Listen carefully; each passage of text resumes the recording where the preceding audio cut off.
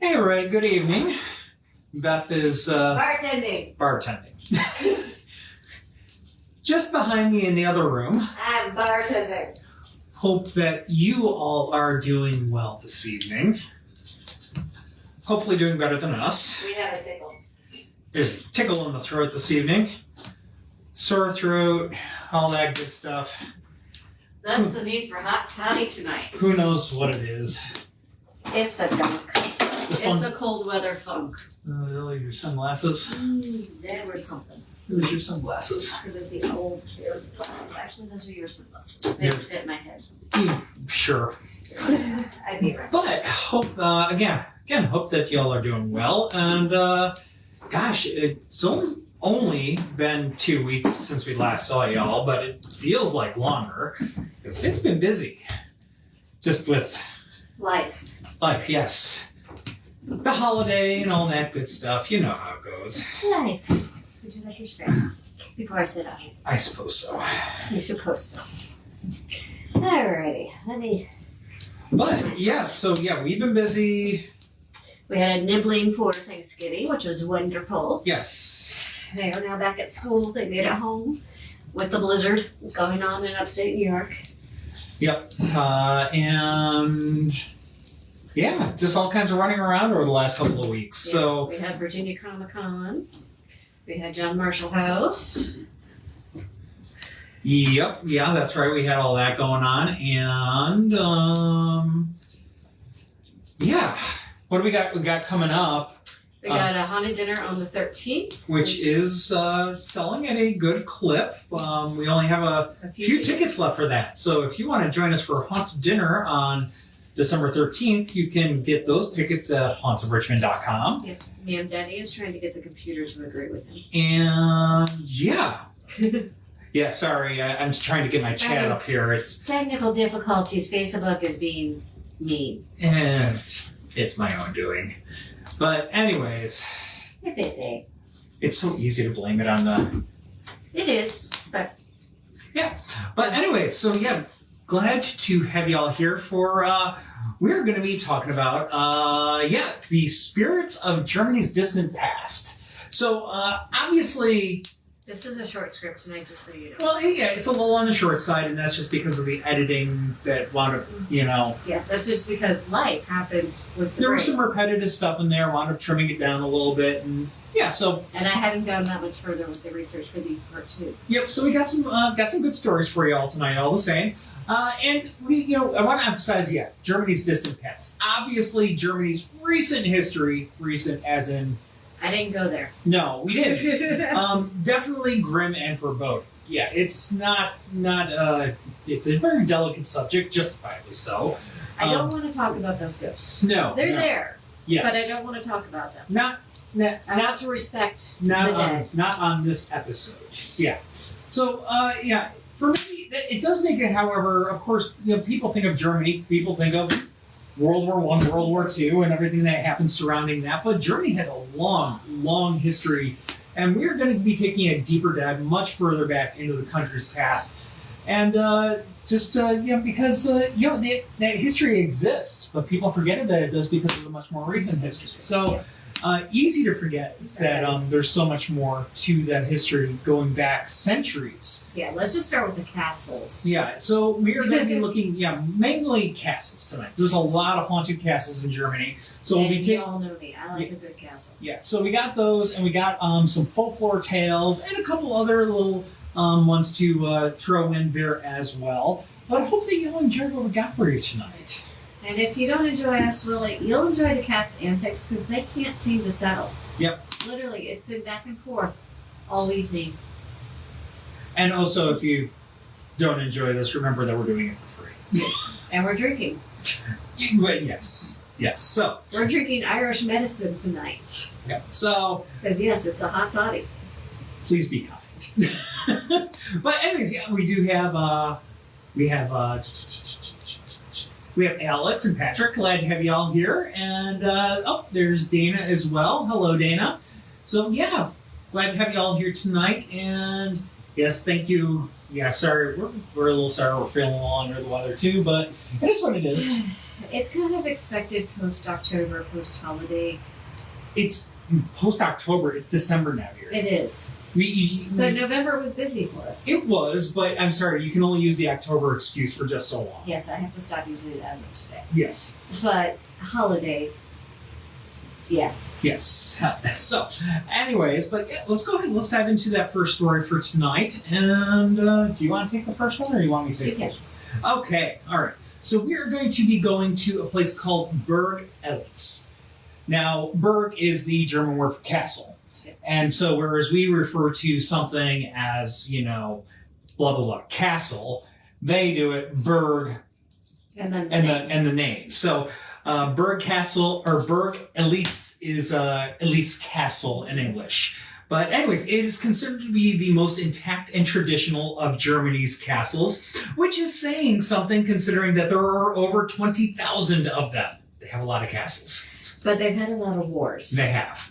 Now, its isolated location and dramatic medieval design are awe-inspiring, and it has been the home of the Eltz family for over 850 years. Talk about a family home. Yeah, comprising at least 33 generations of the family.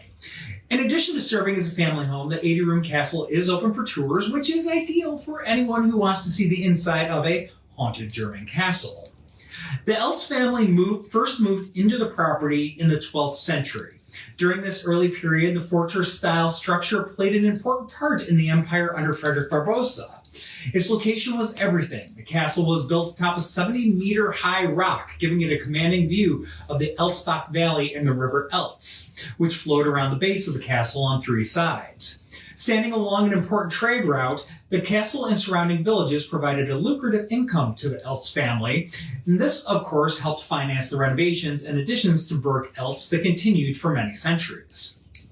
Burg Eltz stands as one of the few Rhinish castles never to be destroyed. As a result of skillful diplomacy, the castle avoided conflict during the 30 Years' War when the French destroyed most of the Rhine castles.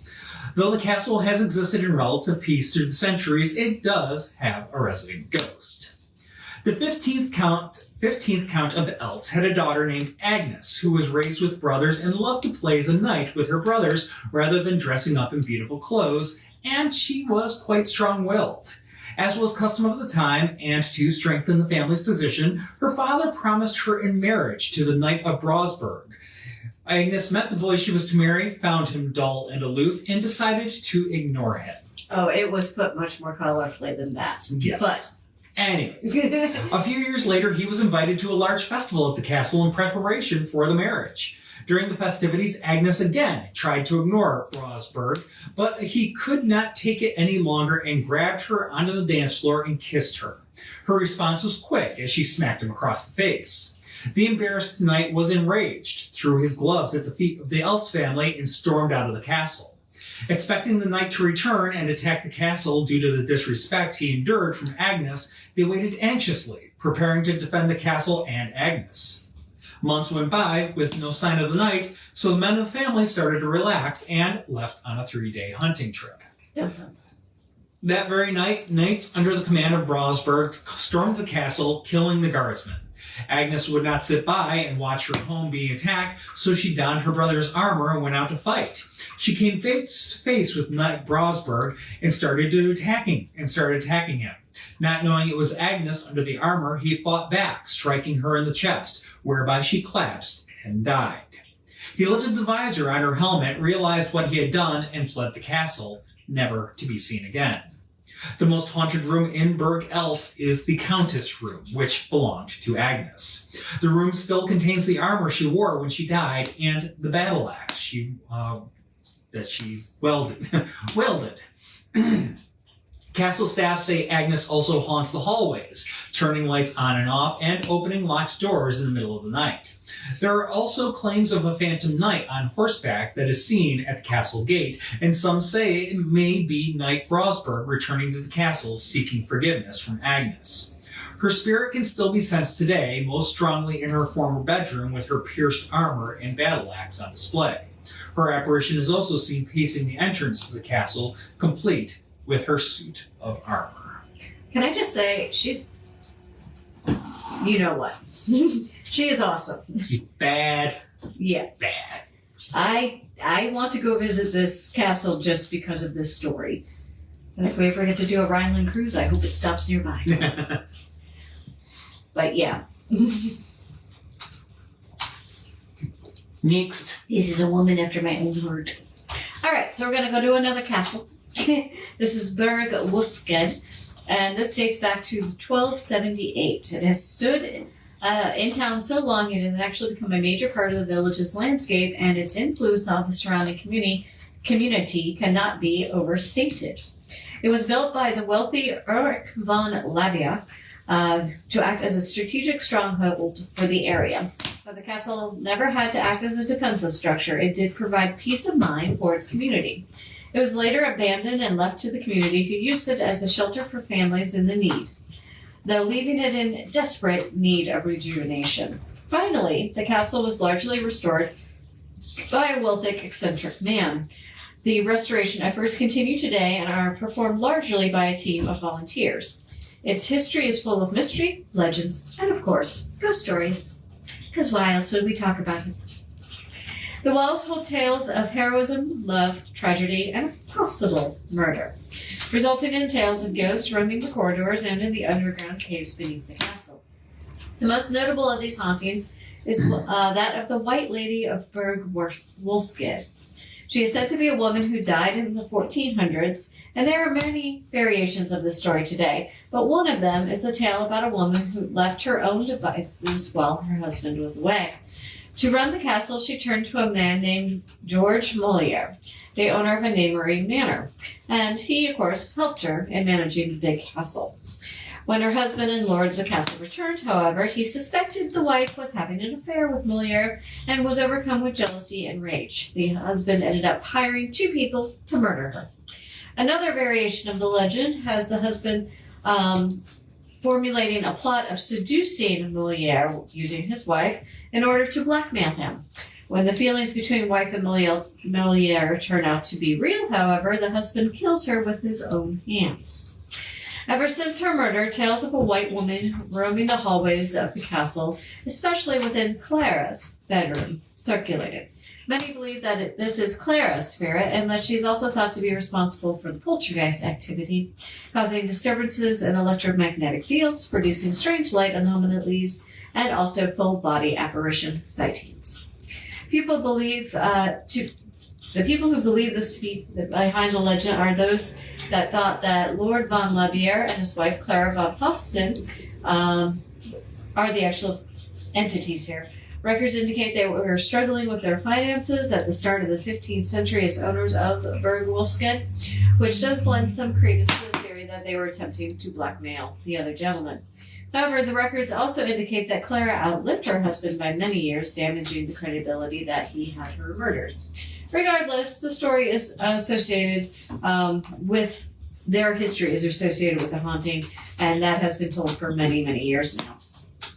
According to the castle's website, the first written account about the White Lady of the castle is in 1952.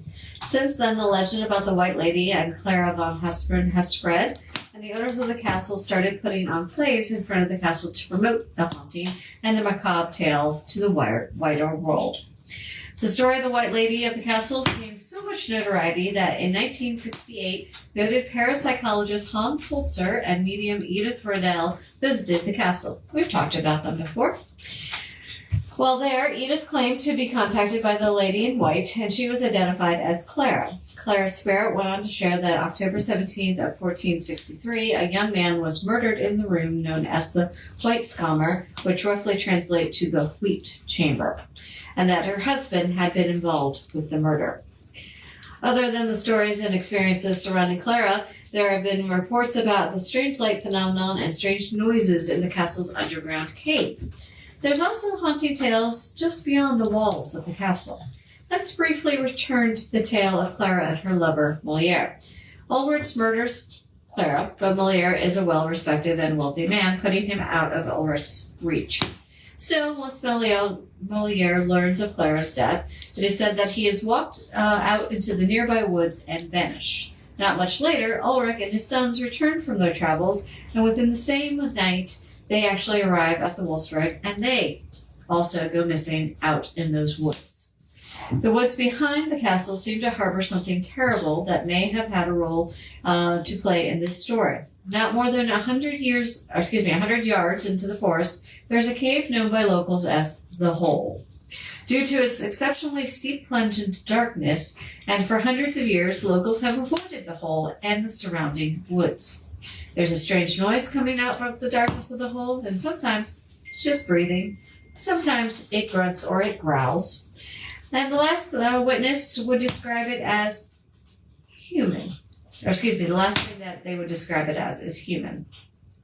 The locals will tell you that the sounds are not natural of any creature they have ever heard within the area, and they tell the story to travelers so that if they disappear, well, they've been warned, because that has happened on a couple of occasions. It's been this way, again, for hundreds of years, ever since Molière vanished. Now, how much of this is true? You'd have to go back and look at death records. As we know, Clara didn't get murdered. She outlived her husband, so she may not be the one we're talking about. But they have actually gone back into that area in the 1920s, and they actually did a scientific expedition. What they found terrified them. The existing theory among the naturalists and the geologists present that the noise that was emanating was an animal that was using the hole as a den. The entrance was too far steep for any sizable animal to scale, and the assumption was that this particular entrance was just a vent. The actual entrance is somewhere else. That was the theory. That's not true. The initial opening of the hole did not split off in a horizontal cave as they imagined. Instead, it continued downward in a steep angle to the point that it could no longer be considered exiting anywhere else nearby. The depth within the hole, or deep within the hole, they found a tunnel system that they expected much higher up, but it was much lower down. There are dozens of small caverns that shot up into dark recesses below the earth, and that's where they actually found their prize. Hundreds upon hundreds of bones scattered along the floors of the chambers. Some ancient, some fresh. Dun, dun, dun. As it is a tight climb back to the surface, only small sections of bones were able to be retrieved. These were analyzed and discovered to be animal bones. But the single fact was enough for the team to declare that, yes, an animal is in the hole, it's using it as a den. They packed up the gear and they left. Pretty quickly, by all accounts. Yeah. They didn't want to meet said animal that could climb out of this hole that easily to go and get said prey, or maybe it's just waiting for the prey to fall into the hole. We don't really know. It's probably a little bit of both. Tasty treats. Falling right into their lap. Needless to say, a lot of folklore had grown up around this hole as ways to keep children from going and looking for it and thus falling into it. Yes, Patrick, Wolfsegg, that's correct. It's Wolfsegg.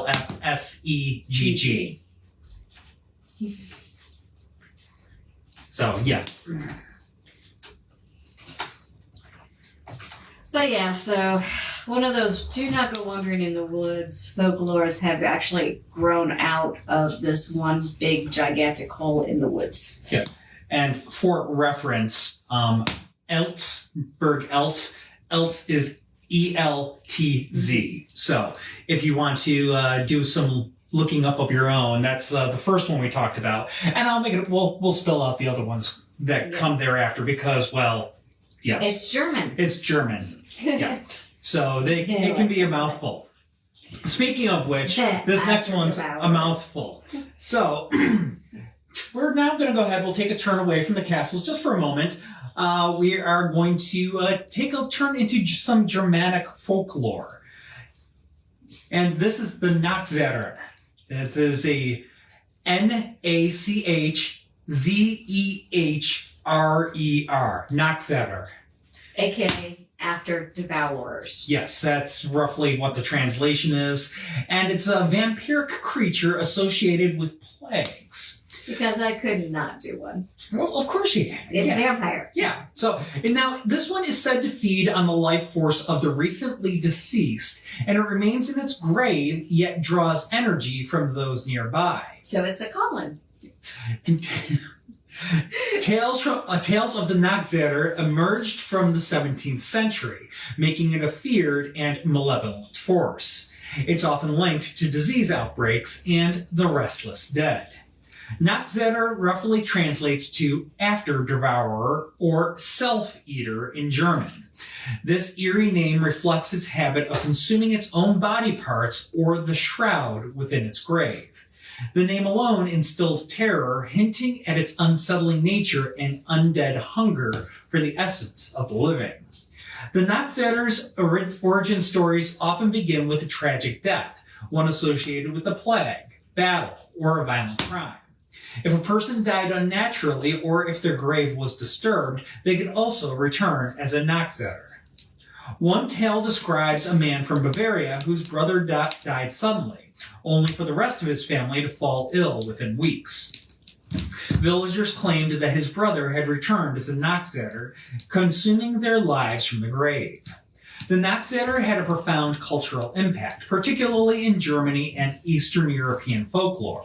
During the 16th and 17th centuries, plagues and mass deaths stirred fear of the undead. Villagers often exhumed bodies suspected of being Nachzenhrer, sometimes decapitating them or placing bricks in their mouths to prevent further feeding. The creature's association with disease mirrored society's anxiety over uncontrollable forces. Every time plague struck, people whispered about Nachzenhrer among their dead. This fear influenced burial practices, adding layers to funeral rituals, from weighted stones on the chest to iron bars placed on the grave. One of the other protection methods against the Nachzenhrer revolved around religious practices. In medieval Germany, prayers and protective symbols were employed during burials to prevent bodies from transforming. The Nachzenhrer's presence emphasized the church's influence in spiritual protection, with clergy often involved in preventing these risings. Rituals varied across regions, but many included exorcisms or sanctifying the ground, particularly if someone had died a sudden or suspicious death. Stones placed in graves, limbs tied, or bricks in mouths were standard countermeasures, reflecting a society deeply entrenched in faith as a weapon against dark forces. The Nachzenhrer legend likely emerged from misunderstood symptoms of decomposition and the spread of diseases in medieval times. Rigor mortis, natural decay, and the bloating of corpses could lead to perceptions that bodies were feeding on themselves, while plague's rapid spread often traced back to families, further fueling suspicion. During epidemics, multiple family members fell ill, which gave rise to the belief that one dead relative could be feeding on the others. Scientists and historians suggest that these beliefs may have acted as coping mechanisms, offering explanations in the absence of medical knowledge. The Nachzenhrer's eerie reputation has seeped into modern pop culture, with a number of references that you may be familiar with. The Dresden Files by Jim Butcher mentions Nachzenhrer as a particular form of vampire with necrotic influence. The Supernatural TV series had an episode featuring Nachzenhrer, portraying them as flesh-eating ghouls that spread plagues. And Vampire the Masquerade, a role-playing game, includes vampire subtypes influenced by European folklore. These are just a few of the places where the Nachzenhrer's impact can still be seen today. Hello, Van Helsing. Yeah. Thus the church involved with slaying vampires. Questions? Comments?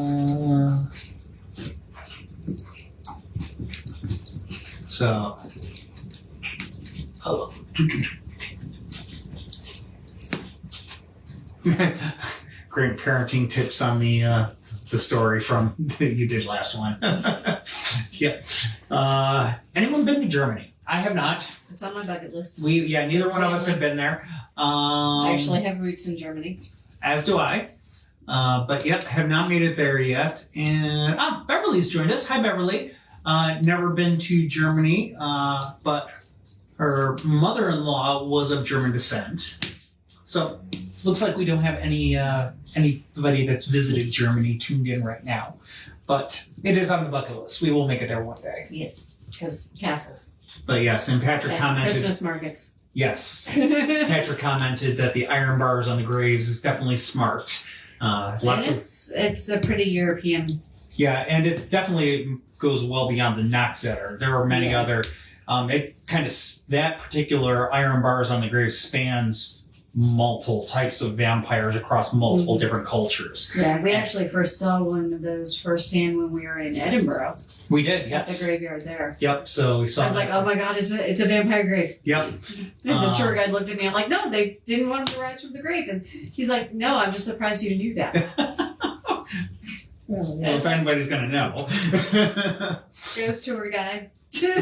But, so, lots of vampire lore. And the fact that iron, in general, a lot of creatures of the night are allergic to iron, if you will. So, yeah. But,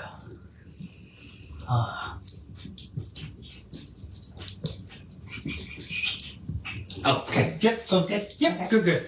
All right, so we're going to turn our attention back to historic fortifications, and this is one of the best preserved Renaissance military structures in Europe, and that is the Citadel in Berlin, known as the Zitadelle Spandau.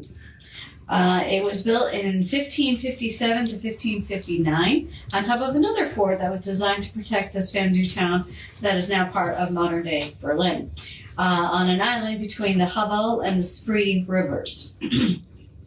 Now, many castles in Germany have stories about a certain lady in white haunting it. It's a thing.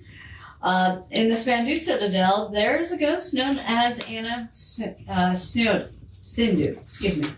In 1549, the wife of Elector Joachim II suffered an accident which left her walking on crutches.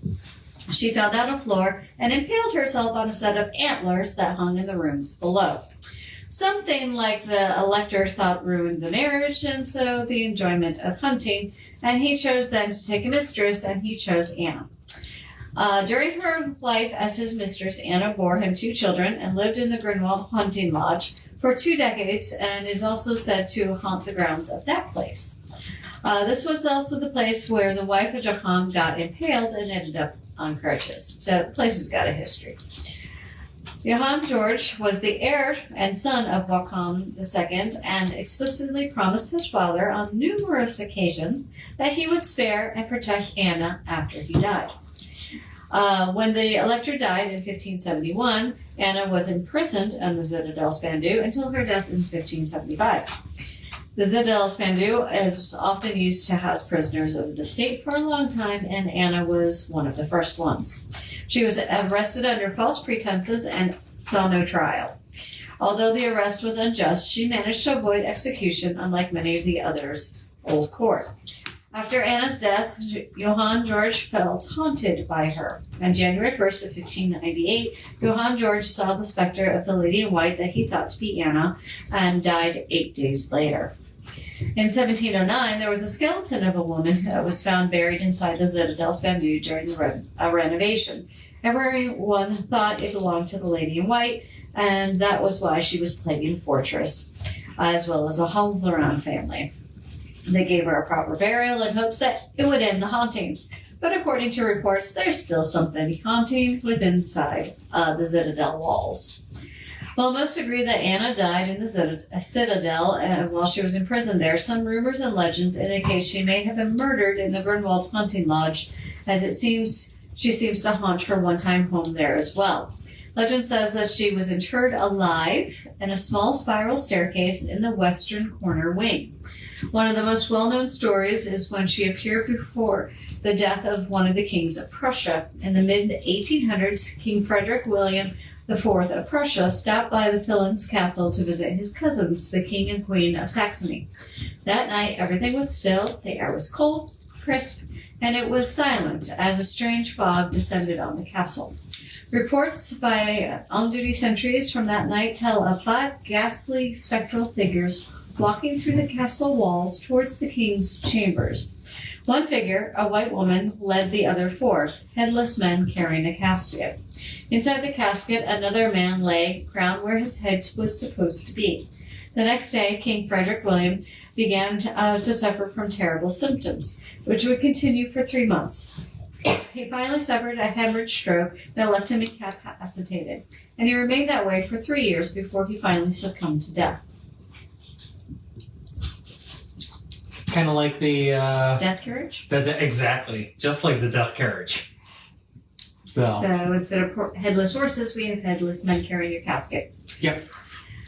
With your headless corpse lying inside a crown in its place. I say the king Wherever in this they place. showed. The king in this place. This case, rather. But yeah. So many haunted castles. Yeah, and I just picked a few, by the way. Oh yeah, this is just there's Tip of the iceberg. We said what? It just top of the 20,000. over 20,000 castles across Germany. I mean, yeah. So, anyways. So we're going to go to a more famous place that is known for its spookiness. Yes. So Because I could not do this one. if you've even ever just been to Busch Gardens down the road in Williamsburg, You know about this. you know about this. If you visited Germany, you know to escape the Black Forest, if you will. So yes, the Black Forest of Germany is a mysterious location, long reported to have its fair share of haunted inhabitants. And this is run the gamut. We're just like scraping the surface. Yeah, here. we got a few little interesting ones for you here. So we got from a headless horseman riding a huge white horse to a wretched king who kidnaps those who explore the forest, and then there's lurking werewolves looking for their prey. This forest's dark shadows, almost pitch black nature just add to its spooky appeal. When the Romans arrived in these woods millennia ago, they were spooked by its impregnable darkness, named it Silva Nigra, or Black Forest. In German, this place is known as Schwarzwald, and has developed a fairy tale persona for its iconic cuckoo clocks, world-famous spas, and numerous monasteries, castles, and ruins. And yes, you can bet I'm going to go to one of those spas. Yeah, so, if you want to romanticize it in the modern day, you got your world-famous spas there, so. And then we're going to go visit their haunted castles. Yeah, so. Anyways, this forest has also been the setting for the Brothers Grimm. Because they could. Because, yeah, exactly. Well, the Grimms didn't invent the scary genre. Schwarzwald proved ample inspiration. Legend holds that it is haunted by werewolves, witches, and even the devil.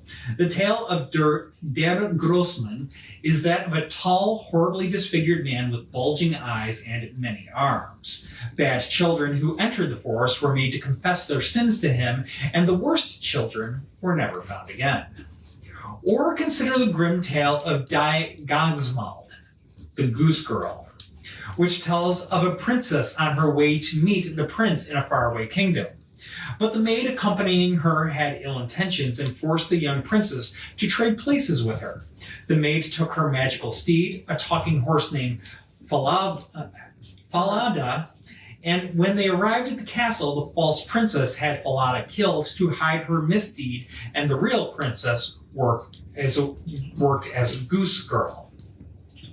The real princess has Falada's skull hung over the city's gate, earning the attention of the king. She tells her story, and he punishes the false princess by rolling her around the city in a spiked barrel until she died. Y'all know that the original Grimm's fairy tales are very dark. Oh, yeah. And bloody. Yes. The Grimms did not mess around.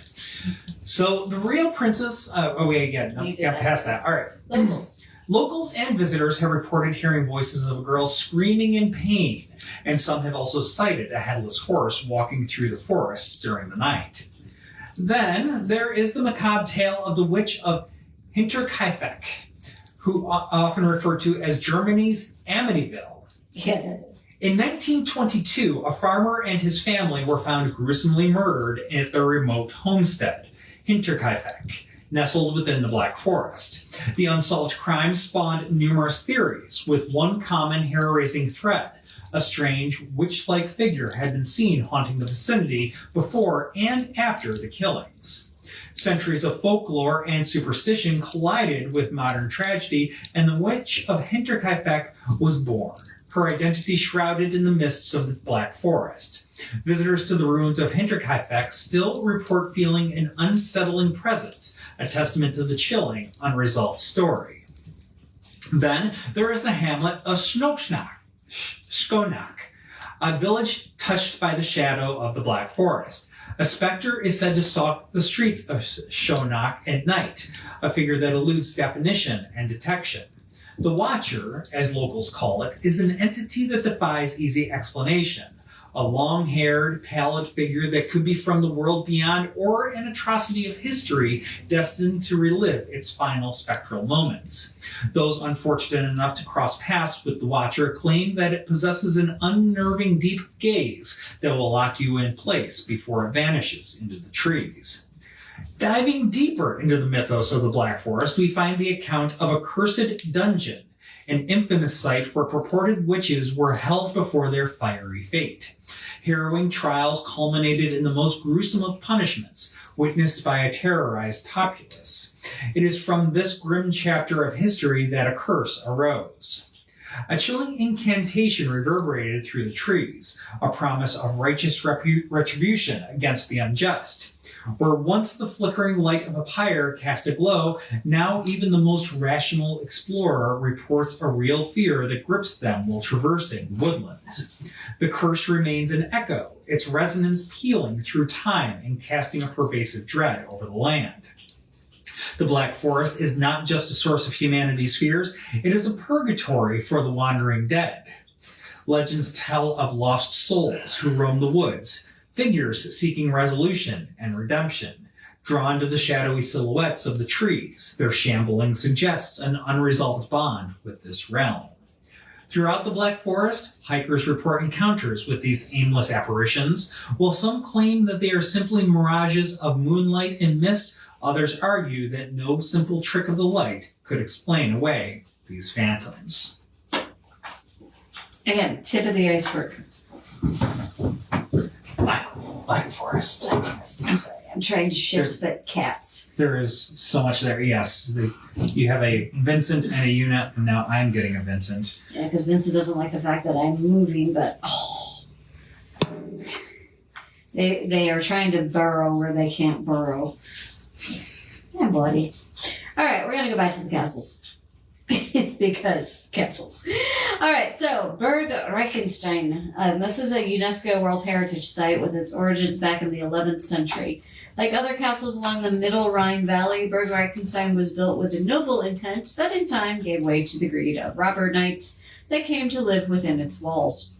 Reichenstein started as a church property under the Imperial Abbey of, forgive me, I'm going to mispronounce this, Cornelmunster. Cornelimünster. Okay. Cornelimünster. And Reichenstein is Reichenstein. So, Reichenstein. Yes. The abbot farmed the castle out to a bailiff. Over the time, bailiffs turned to robber knights, getting rich off of the boats traveling the Rhine River. Archbishop Mance raised an army and took the castle, leveling it to the ground.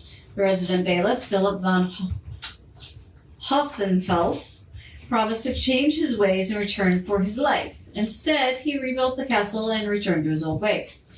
This transpired during the Great Interim, but when Rudolf von Habsburg was elected emperor in 1273, he began a campaign ejecting the robber knights from their castles. In 1282, the Burg Reichenstein's turn happened, and the castle was sieged. The master of the castle, Dietrich von Hoffens, and his 9 sons were captured. After his defeat and capture, Hoffens begged for his 9 sons to be spared, and knowing his fate was sealed. But Habsburg knew that the sons were taught to rob, loot, and murder by the father and wanted to set an example that would deter other robber knights, so he refused the request. Instead, the sons were aligned in a row, and Habsburg declared, "Look, you murderer, here are all your sons. In a moment, your head will roll in the sand. But should you manage to walk past your sons headless, I will keep every one of them alive you manage to pass." Hoffenfels looked at each son in the eye and at the path he must walk to save them. Moments later, the robber knight's head was struck from his body with one stroke, but instead of collapsing onto the ground, his body swayed a little and then managed to walk by each of his sons one by one before falling to the ground. Now, there are 2 endings to this tale. One says the king kept his word and the 9 sons were never heard from again. The other says the king broke his word and beheaded the 9 sons, and they're all buried with the father in the St. Clement Chapel. The second option could go a long way towards explaining some of the hauntings at the castle. The spirit, or spirits, of Burg Reichenstein are heard and felt rather than seen. Guests often complain that they do not feel alone, and windows and doors open and shut on their own accord. It's just as well that the spirits are never seen. It's likely their headless visage would frighten quite a few. For generations after the execution, the Hofels, Burg Reichenstein was left in ruins. None were permitted to rebuild on the site that was the source of so much trouble for so many years. This would finally change when Franz Wilhelm von Brafros brought the ruins in 1834 and began the restoration. The family Pericilli purchased the castle in 1899 and completed the restoration. The family lived in the castle from 1902 to 1936, and it remains in the ownership of the Pericilli descendant today. You can also stay at the on-site hotel, hint hint, and immerse yourself in the historic hauntings there. One of the most frequent experiences revolves around the grandfather clock in the castle's private chapel. On countless mornings, the cleaner will enter the castle to find the door of the clock wide open. Investigators have checked the clock for levelness and other explanations as to why it might open on its own, but they always walked away puzzled and a little spooked. So yes, you can go stay at that one. There's a few of these that have, they've either converted part of the old castle into a hotel, or there's like an immediately adjacent Building that's a building hotel. that serves as a hotel. Because profit, Yeah. I mean, tourism. it helps pay for the preservation of what's left. It's hard to fault. I think exactly why Yeah. Downton Abbey. Yes, and They did it for a roof. And now they have a hotel there too. and heck, we've stayed when we went to in Ireland, Ashford. Yeah, Ashford is an amazing castle to stay, and I will go back there at any time. And that one goes back to that one dated back to 1173? yeah, something like that was when the first part was built. Yeah, it's old. Yeah, it's old, but I mean, they redid it in the 1800s to look more like almost a French chateau. Yeah, So and we stayed in that part. yes, We weren't in the oldest part. no, we hung out in the oldest part for a little while. Oh yeah, which is beautiful. Unfortunately, the dungeon bar was closed for the season. Yeah. That would have been cool, but We'd have to go in the spring when it's warmer. yes. But anyways, we digress. We digress. So next stop, another fortification. This one, Burg Rheinfels. Rheinfels. Rheinfels. This is a castle ruin located just above the west bank of the Rhine and of the Rhine River and Sankt Goar. Its origins can be traced to 1245 when Count Dieter V of Katzenelborgen. Katzenelborgen. Yeah, I think you got it. Close enough, at least. If any of you actually speak German and were watching this down the line and we're butchering this, I sincerely apologize, but We're trying our best. we're trying. Anyways, so the Count laid the groundwork for what would eventually become ruins in the modern day. It eventually became the largest fortress in the Middle Rhine Valley, covering 5 times the area that the remaining structure resides on. Despite its once imposing facade, it was slighted by French Revolutionary Army troops in 1797 and burned. Now, I had to look this up. I thought, initially I was reading this, I thought slighted might have been a typo or something like that. No. What slighted is different than like raised and all of that. Slighted is to destroy something with the express purpose of diminishing its value. So basically, they took this fortress and when they did the damage to it, when they slighted it, they removed any like defensive value of the place. So there's still some stuff standing, but not the defensive fortification that it once was. So you could still technically live in it, but you wouldn't have the battlements. Yeah, at least in parts of it, yes. But yeah, like the battlements and all of that, that's what they slighted and took those down. it was kind of interesting. It's a surgical hit. Yes.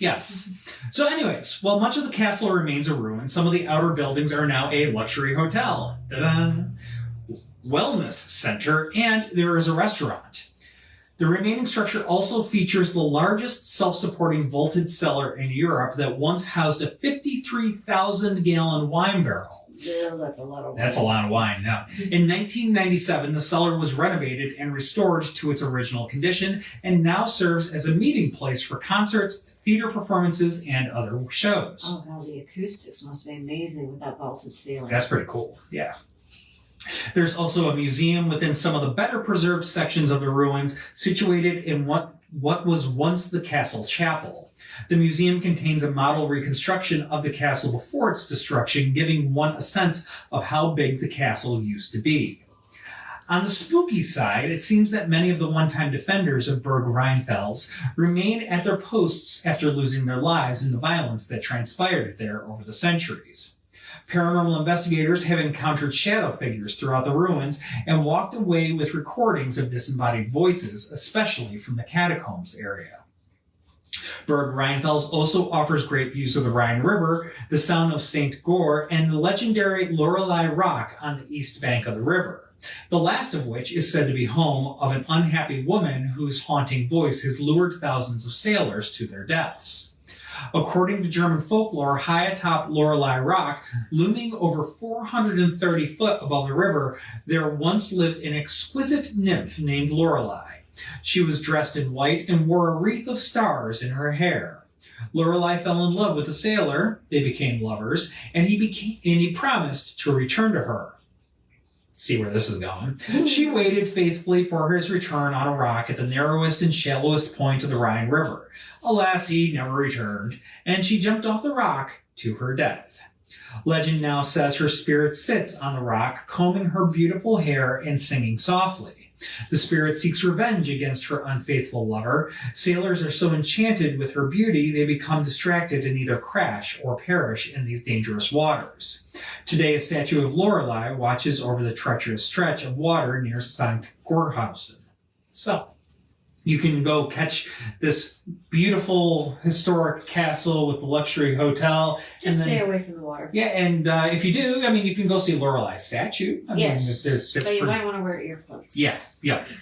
But yeah, so anyways, all of that there. Take a tip from Odysseus. Yes. There was some wisdom in them there old books. Please. Old stories, like whatever have you. But yeah. Okay. So now we're going to go to another type of historic structure. This one in Zell-am-Main, just to the east of Frankfurt. And here it's now known as Oberzell Nunnery. It has a long and sometimes tumultuous history. And the men's monastery, of course, was first found on the site in 1128. And the current Baroque building was constructed in the 18th century. For a period of early 19th century, the structure was converted to a factory as a result of the disillusionment of the Bavarian monasteries in 1803.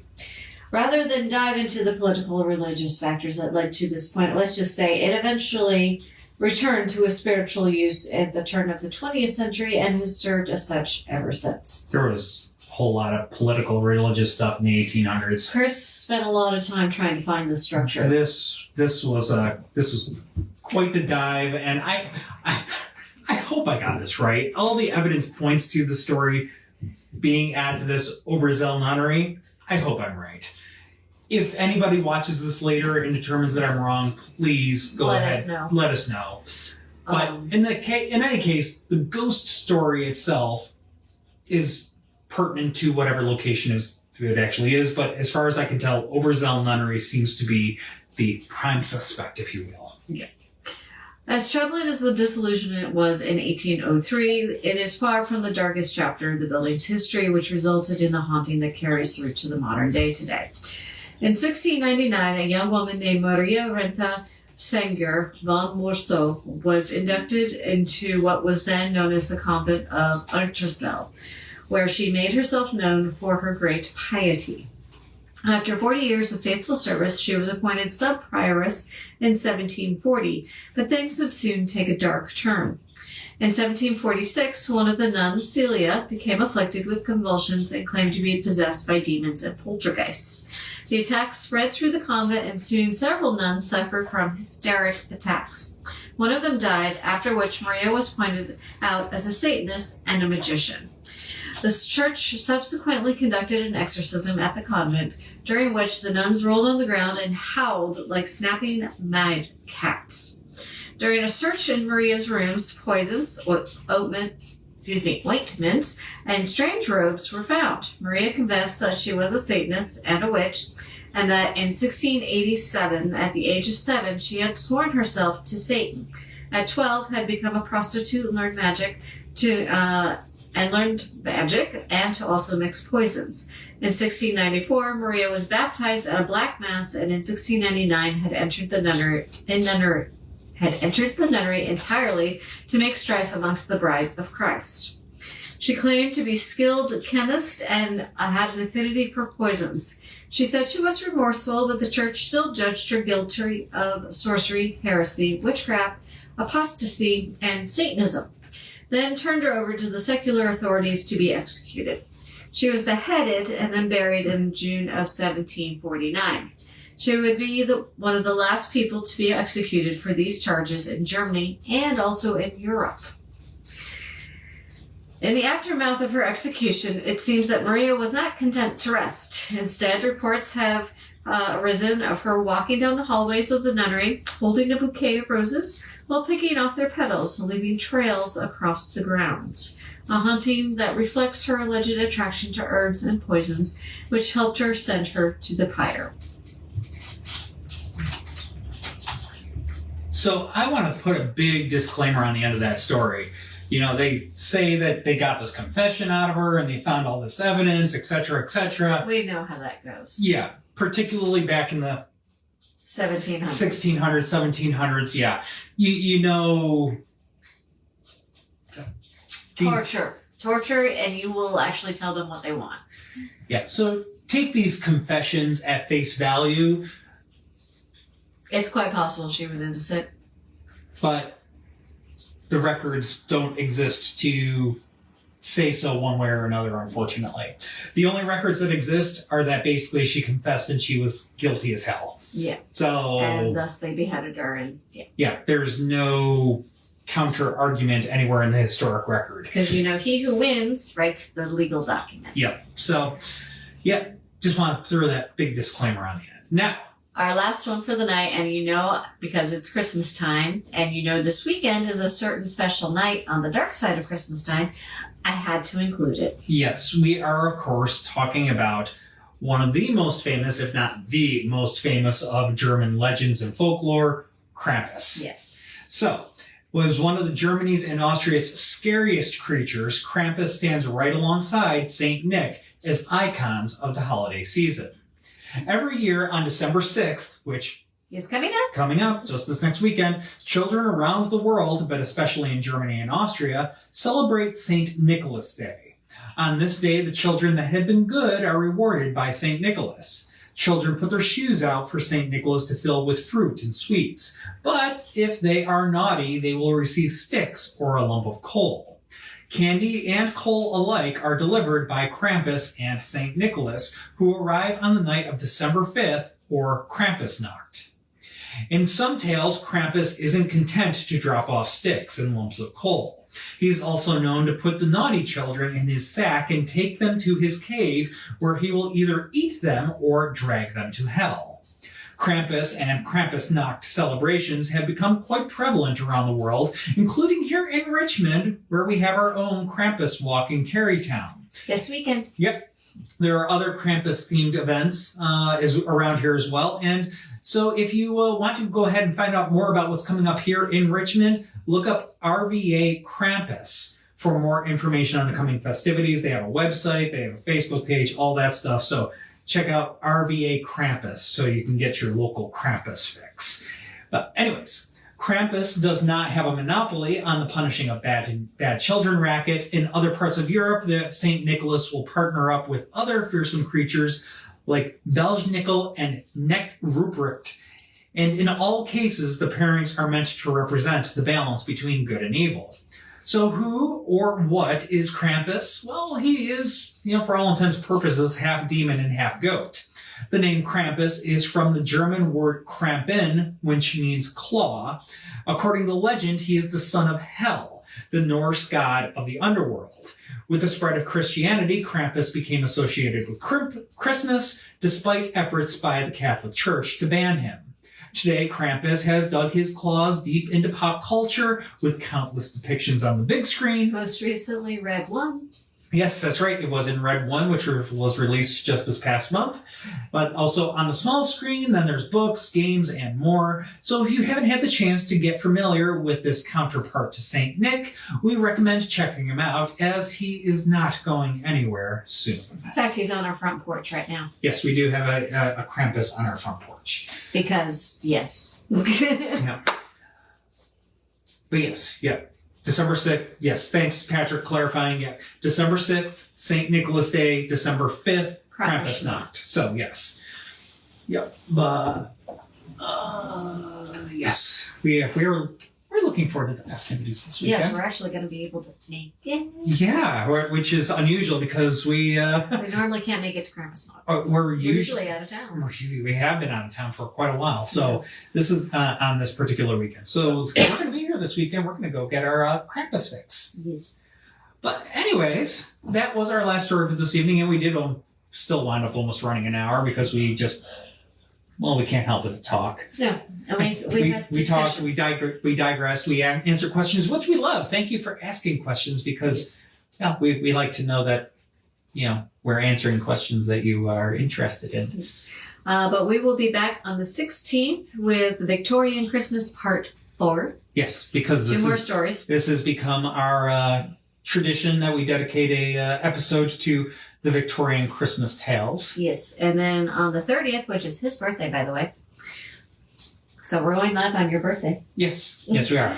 But we're going to do Haunted Arctic and Antarctica, which I'm currently working on. Yep, because even though those places are relatively sparsely inhabited, doesn't mean there's not some spooky stories There's there. been some scientific expeditions, some military, all kinds of fun stuff.